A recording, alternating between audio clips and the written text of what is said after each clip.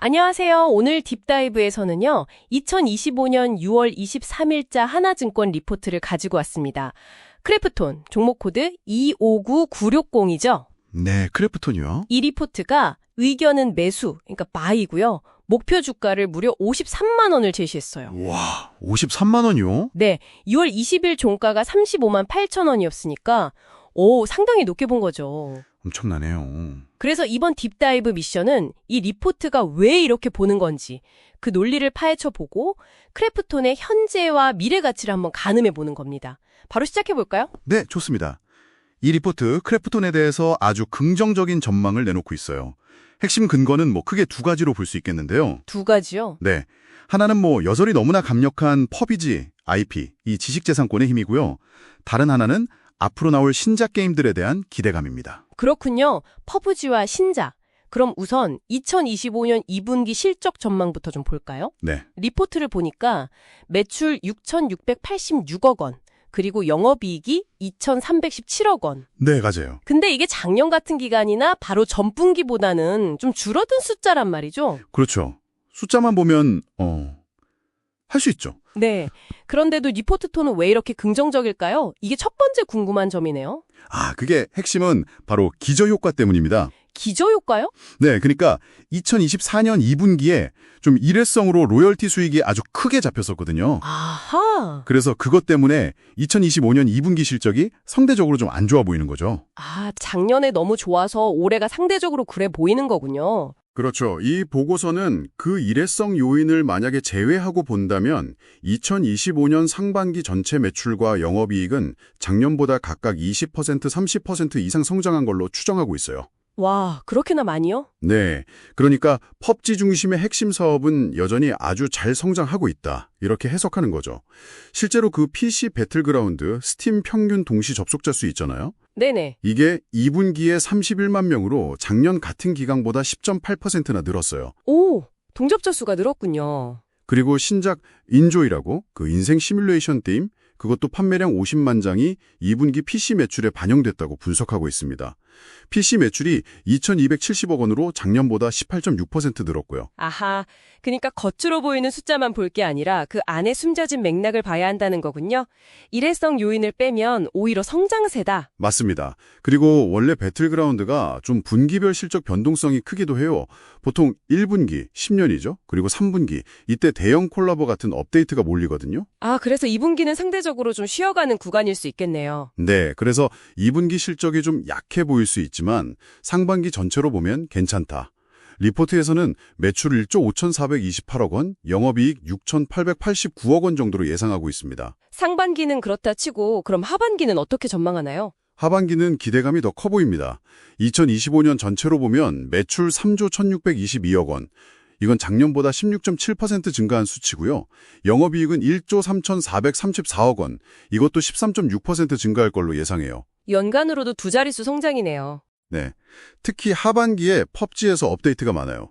촬영 2종 추가되고 아티스트 콜라보, 셀럽 콜라보, 패션 브랜드 콜라보까지 총 5건 정도 굵직한 게 있고요. 와, 콜라보가 많네요. 네, 그리고 여름 시즌에는 UGC, 그러니까 사용자가 직접 콘텐츠 만드는 거 있잖아요. 그거 알파 모드를 도입한다고 해요. 그래서 사용자 트래픽이랑 실적 모두 끌어올릴 걸로 기대하고 있습니다. 기존 펍지의 힘도 중요하지만 사실 시장은 항상 새로운 성장 동력을 찾잖아요. 그렇죠. 신작이 중요하죠. 리포트가 주목하는 신작들은 어떤가요? 특히 그 서브노티카 2에 대한 언급이 좀 눈에 띄던데요. 맞습니다. 상당히 중요하게 다루고 있습니다. 왜냐하면 전작 서브노티카가 누적으로 무려 1,800만 장이나 팔렸거든요. 1,800만 장이요? 와, 엄청나네요. 네. 그래서 서브노티카 2에 대한 기대가 클 수밖에 없죠. 리포트에서도 연내 판매량 예측치를 원래 200만 장으로 봤다가 250만 장으로 올려잡았습니다. 기대치가 높아졌군요. 네. 그리고 아까 잠깐 언급된 인조이, 이것도 초기 반응이 좋아서 1,000만 장 판매 달성했다고 언급하고요. 물론 2분기 실적에는 50만 장 반영이고요. 네. 이런 인조이의 성공적인 시작과 서브노티카 2에 대한 높은 기대감, 이걸 바탕으로 크래프톤의 신작 가치가 아직 주가에 충분히 반영되지 않았다. 이렇게 주장하는 겁니다. 아, 그래서 목표 주가가 높군요. 네. 현재 PAR, 그러니까 주가 수익 비율이 한 14배 수준인데 최대 20배까지도 적용할 수 있다 이렇게 보고 있는 거죠. PER 20배면 현재 게임 업계 평균이나 크래프톤의 과거 밸류에이션이랑 비교해보면 상당히 공격적인 목표치인데요. 그렇죠. 그만큼 신작 성공에 대한 확신이 좀 강하다 이렇게 볼 수 있겠습니다. 다만 이렇게 좀 낙관적인 전망에는 항상 위험 요인도 따르지 않습니까? 예를 들어서 신작 출시가 좀 늦어진다거나 아니면 시장 반응이 생각보다 좀 저조할 가능성 같은 거요. 그 부분에 대해서는 어떻게 보고 있나요? 리포트가 그 위험 요인을 아주 깊게 다루지는 않는 것 같아요.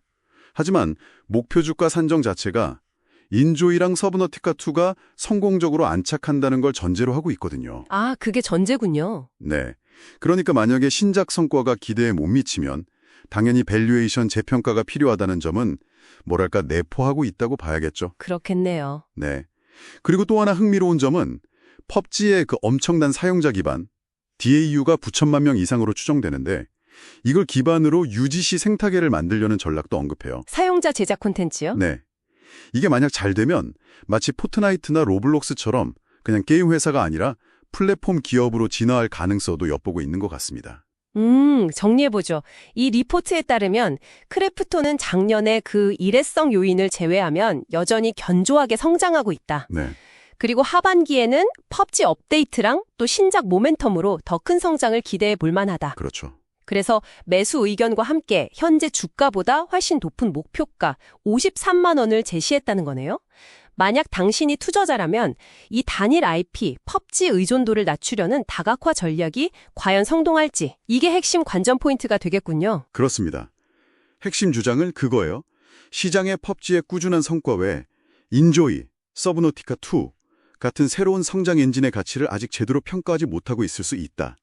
이겁니다. 네. 자, 그럼 마지막으로 당신이 한번 고민해볼 만한 질문을 던져보겠습니다. 리포트가 슬쩍 언급했듯이 만약에요, 요즘 핫한 생성형 AI 기술이 더 발전해서 펍지의 그 수많은 사용자들이 정말 쉽고 재미있게 자신만의 컨텐츠를 만드는 창작자가 될 수 있다면요. AI와 UGC의 결합이네요. 네, 이게 단순히 게임의 재미를 넘어서 크래프톤이라는 이 플랫폼 자체의 장기적인 가치를 어떻게 그리고 또 얼마나 바꿔놓을 수 있을까요? 한번 생각해볼 만한 흥미로운 질문인 것 같습니다.